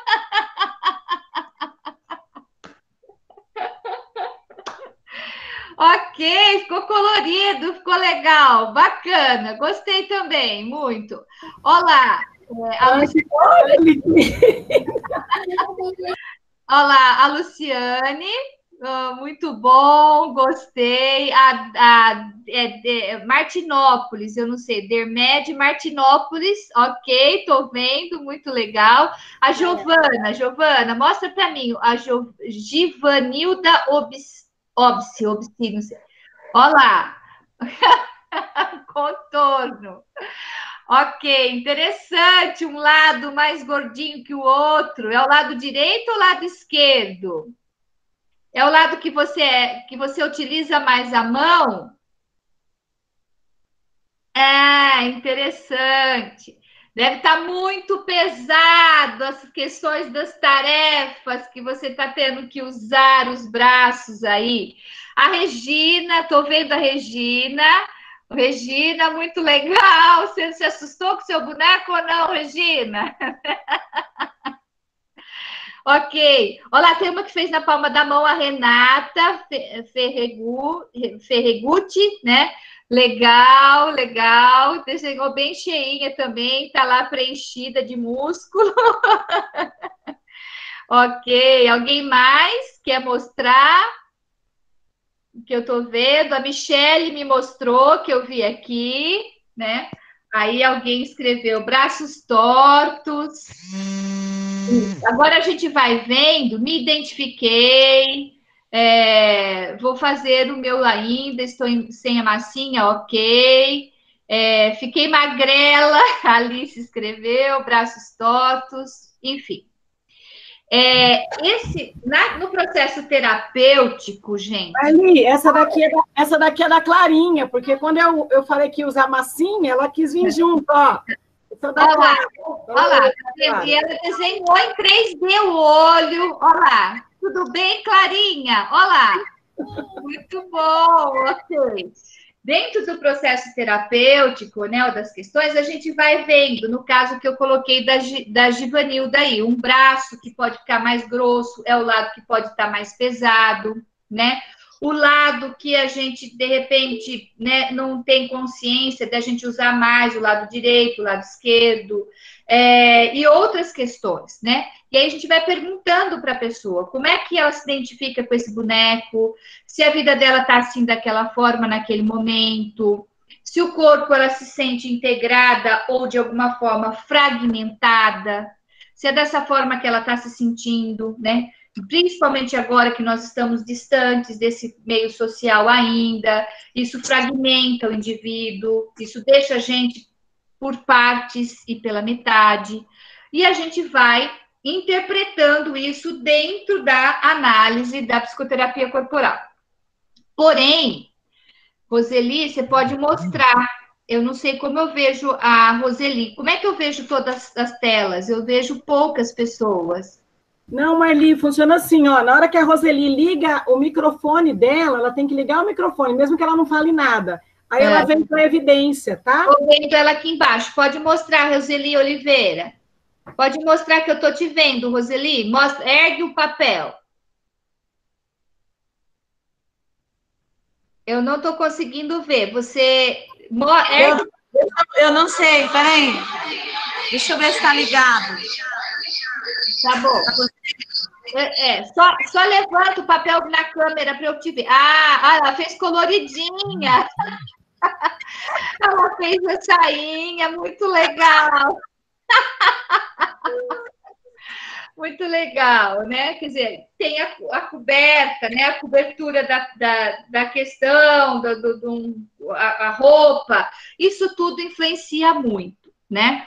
Dentro daquilo que nós estamos vivendo, daquilo que nós somos, das nossas crenças, das culturas vividas, tudo isso a gente traz na representação do boneco, tá? Então, claro que vocês não fizeram, não vão ter que interpretar os desenhos das crianças que vocês... Mas isso dá para trabalhar a ansiedade de ficar com os olhos fechados. Claro que a criança vai fazer esse movimento, né? Da piscadela dela, enfim, né? Mas é importante porque ela vai se construindo também no boneco, ela vai se encontrando no boneco, né? No curso, a gente vê coisas assim muito importantes, e as pessoas depois relatando como se sente fazendo boneco, como se sentiram, como foi de fazer de olhos fechados, como foi para fazer de olhos abertos, né? Ficar de olhos abertos, como foi o susto de ter visto o boneco, se isso faz parte da vida, se identifica ou não. Tudo isso é uma questão terapêutica a ser analisada, né? Mas, nesse momento, a gente não está levando para esse lado, a gente está vendo vocês construírem, ajudarem a construir um corpo da criança, nessa identificação, né? Então, tem essas duas formas, do contorno no corpo real, né? No papel, dele deitado e tal, e tem esse contorno imaginário que a gente pode fazer de si mesmo, né? Isso também trabalha toda uma questão de expressão.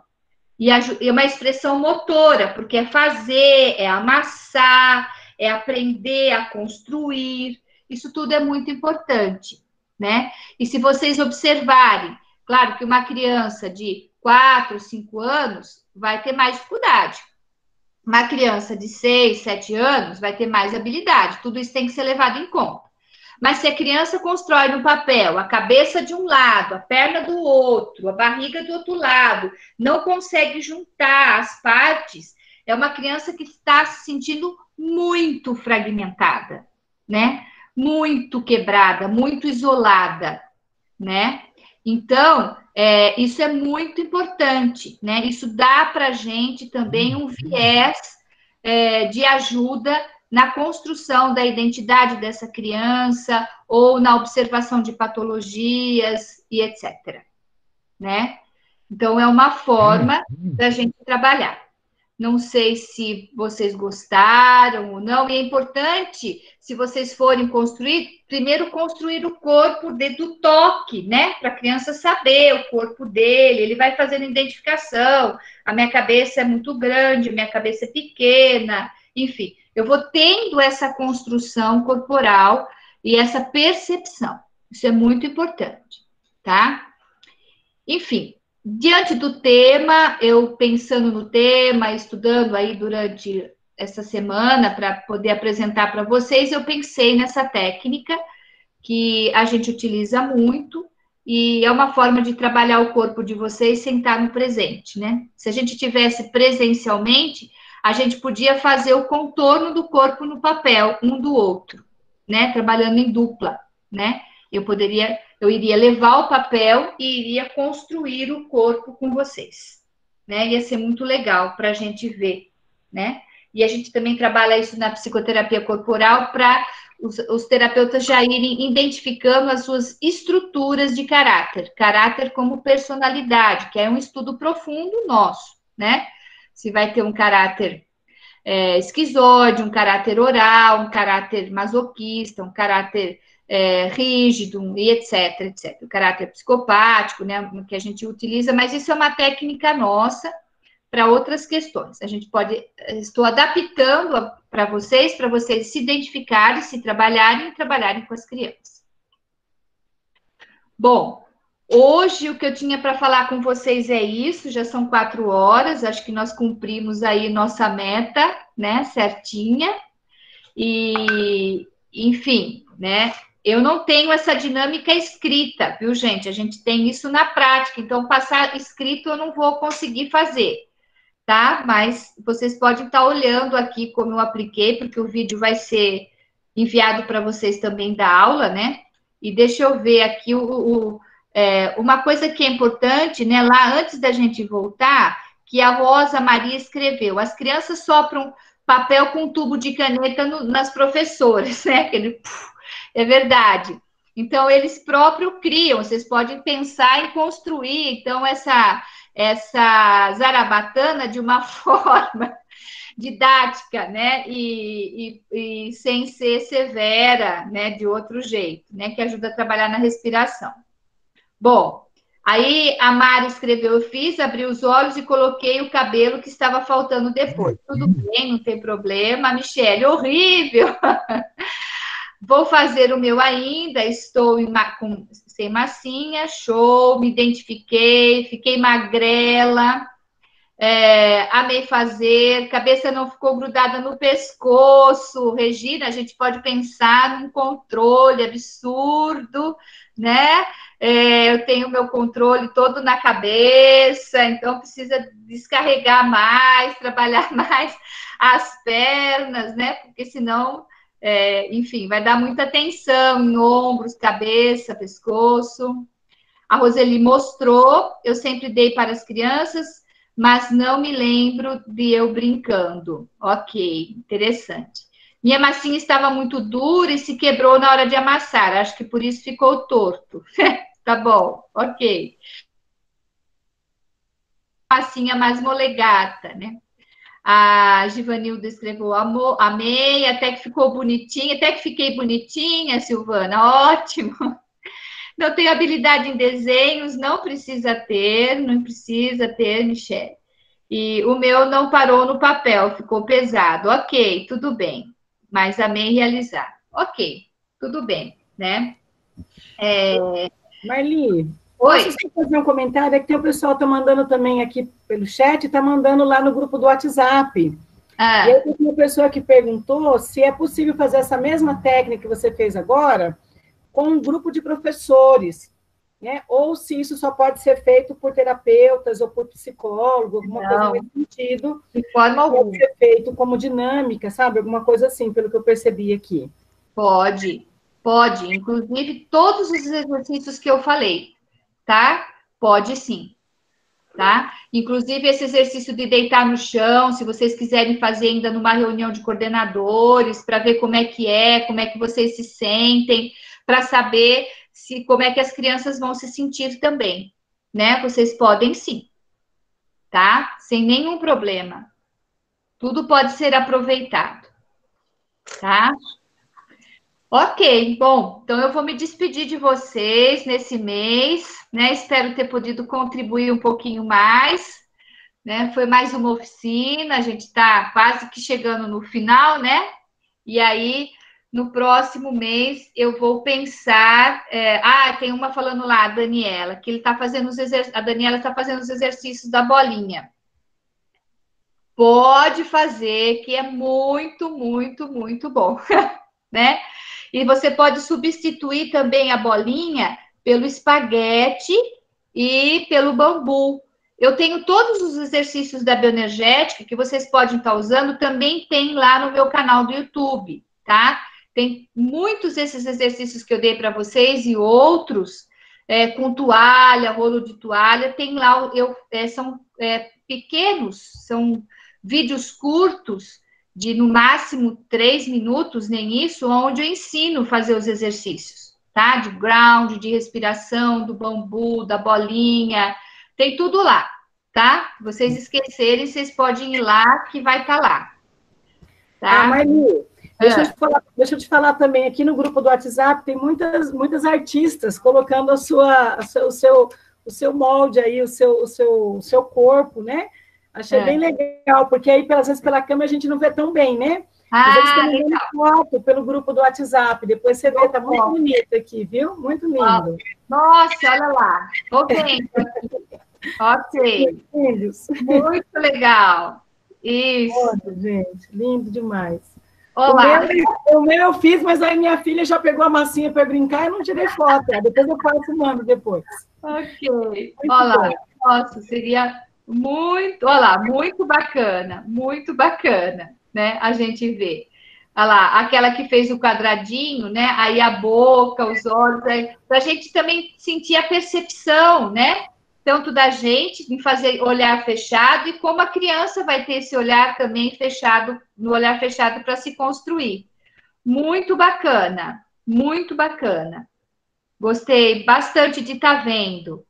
Aí, isso. Guardam o desenho, se um dia vocês forem fazer terapia, aí vocês podem levar para ter outro olhar, um olhar terapêutico. Hoje não é olhar terapêutico, é olhar de construção, né, de aprendizagem e tal. Mas quem faz terapia, leva a foto para o terapeuta, né? Vai ser um prato muito bom e apetitoso para o terapeuta. Ok. Bom, gente... até breve, o nosso próximo encontro é em novembro, acho que é também no meio do mês de novembro, né? Isso, ficou dia 18, Marli, pelo que eu vi aqui, ó, 18 de novembro. Ok, tá ótimo. Aí depois a gente tem o próximo dia 2 de dezembro, aí nós encerramos dia 2 de dezembro, tá bom? Tá bom, tá jóia. Então, enquanto isso, eu vou pensando em como fazer. Tem a continuidade dessa aula, que talvez eu dê também, né? Que é uma outra continuidade mais para cima, que está lá no PowerPoint. Talvez eu dê a continuidade para vocês. Mas hoje eu preferi falar dessas questões, tá bom? Joia, Marli, obrigada. Imagina, eu que agradeço. Até breve, gente.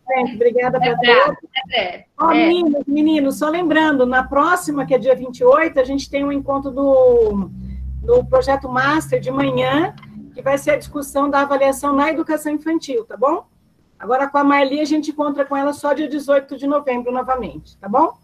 Obrigada pela participação de todo mundo. Marli, um beijo grande para você. Muito, muito obrigada, viu? Eu que agradeço a oportunidade. Tchau, tchau. Estou aprendendo muito com vocês. Pode postar os desenhinhos lá, que é legal. Pessoal que não colocou, tira foto e manda no zap, que é legal a gente ver depois, né, Marli? Legal, muito bacana. Depois eu mando, tá? Muito bom estar com vocês. Até mais. Até. Depois eu mando o material. Até. Tá. Tchau. Olha.